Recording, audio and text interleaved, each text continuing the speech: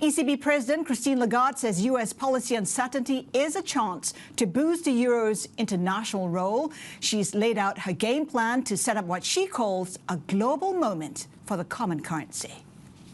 Today, I think there is a key difference compared with previous eras.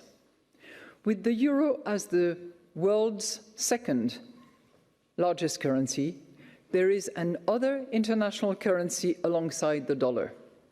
Europe has many of the key ingredients for success, but they need to be brought together in order to reinforce the foundations. So action is in order. Meanwhile, Bloomberg's learned that China's central bank is asking major lenders to raise the share of yuan they use when facilitating cross-border trade. According to the PBOC, the proportion of cross-border yuan payments in global goods trade has reached 30%. ECB President Christine Lagarde speaking of a moment for the euro, with President Trump's trade tariffs rewriting the rulebook and volatility hammering the markets. Dethroning the dollar is getting talked up. Let's get more with Alexis, Chief Economist and Partner at PwC US. Good to have you with us. Welcome to the city. Thanks so much, Haslinda. Delighted to be here. We've been talking about de-dollarization for a while now. Is this the moment of truth? Well, it's very helpful and important to be able to break down the functions of money when we think about the dollar, because there's so many headlines smashing around. And if we think about the dollar as a unit of account, a medium of exchange, and a store of value. So on a unit of account and a medium of exchange, we have seen some different challenges to the dollar as of late that have been accelerating. So if, for example, if you're buying oil from Saudi Arabia and you're sitting in China, why would you go via the dollar? If you're buying phosphates from Morocco and you're sitting in Brazil, why would you go via the dollar? So if we think about some of these trade settlements and commodities, I think we will start to move toward a different landscape. The real question, I think, that's prompted by Madame Lagarde and others is around the dollar and its role as a store of value. We think about that as a reserve currency, right? And what could challenge its status? And remember that acronym TINA, there is no alternative.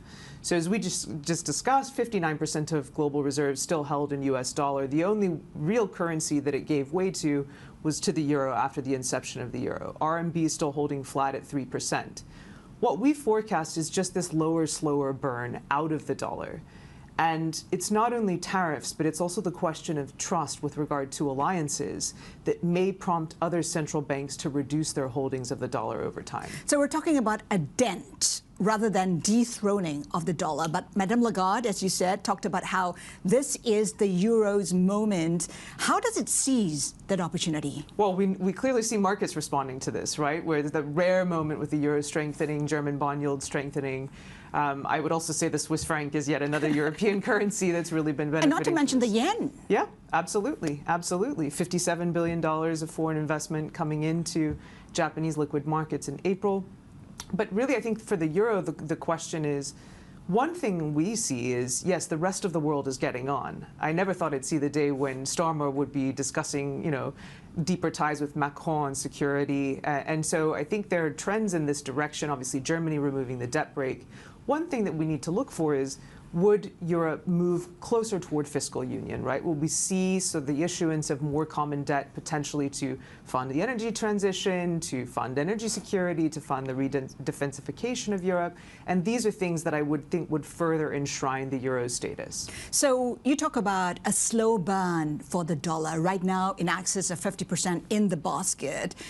We're talking about decades in the making, correct? I mean, 10, 15 years from now, how might that look like in terms of diversification? Depends on how the policy shifts go and how severe these policy shifts go. Something also that I think is prompting investors to de-dollarize is this concern about the fiscal deficit in the United States and the creditworthiness of the United States. And we've seen how some ratings agencies have responded to that. And so I think also we've seen the extent to which, maybe even Japan looks slightly better as a safe haven here.